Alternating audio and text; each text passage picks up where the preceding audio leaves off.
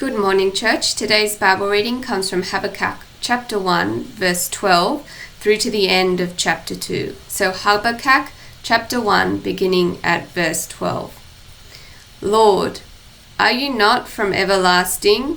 My Lord, my Holy One, you will never die. You, Lord, have appointed them to execute judgment. You, my rock, have ordained them to punish. Your eyes are too pure to look on evil. You cannot tolerate wrongdoing. Why then do you tolerate the treacherous? Why are you silent while the wicked swallow up those more righteous than themselves? You have made people like the fish in the sea, like the sea creatures that have no ruler. The wicked foe pulls them up with hooks. He catches them in his net and gathers them up in his dragnet, and so he rejoices and is glad. Therefore he sacrifices to his net and burns incense to his dragnet. For by his net he lives in luxury and enjoys the choicest food. Is he to keep on emptying the net, destroying nations without mercy?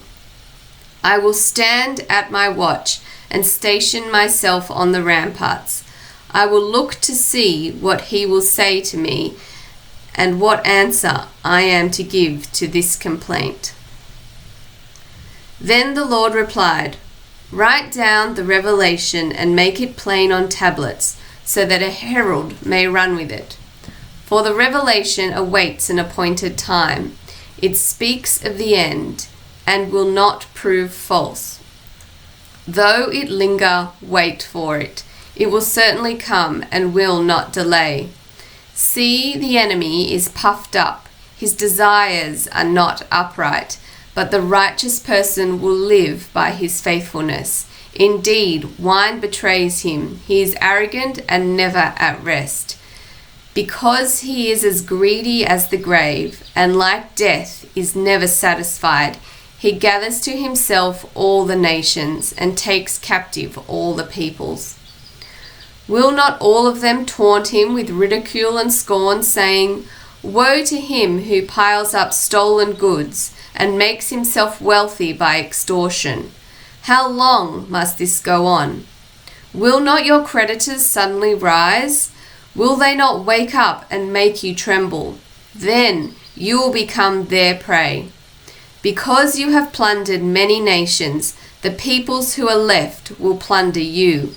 For you have shed human blood. You have destroyed lands and cities and everyone in them. Woe to him who builds his house by unjust gain, setting his nest on high to escape the clutches of ruin. You have plotted the ruin of many peoples, shaming your own house and forfeiting your life. The stones of the wall will cry out, and the beams of the woodwork will echo it. Woe to him who builds a city with bloodshed and establishes a town by injustice. Has not the Lord Almighty determined that the people's labor is only fuel for the fire, that the nations exhaust themselves for nothing? For the earth will be filled with the knowledge of the glory of the Lord as the waters cover the sea. Woe to him who gives drink to his neighbors, pouring it from the wineskin till they are drunk, so that he can gaze on their naked bodies. You will be filled with shame instead of glory. Now it is your turn. Drink and let your nakedness be exposed. The cup of the Lord's right hand is coming around you, and disgrace will cover your glory. The violence you have done to Lebanon will overwhelm you, and your destruction of animals will terrify you. For you have shed human blood. You have destroyed lands and cities and everyone in them. Of what value is an idol carved by a craftsman, or an image that teaches lies? For the one who makes it trusts in his own creation. He makes idols that cannot speak. Woe to him who says to wood, Come to life, or to lifeless stone, Wake up! Can it give guidance? It is covered with gold and silver. There is no breath in it. The Lord is in his holy temple. Let the earth be silent before him.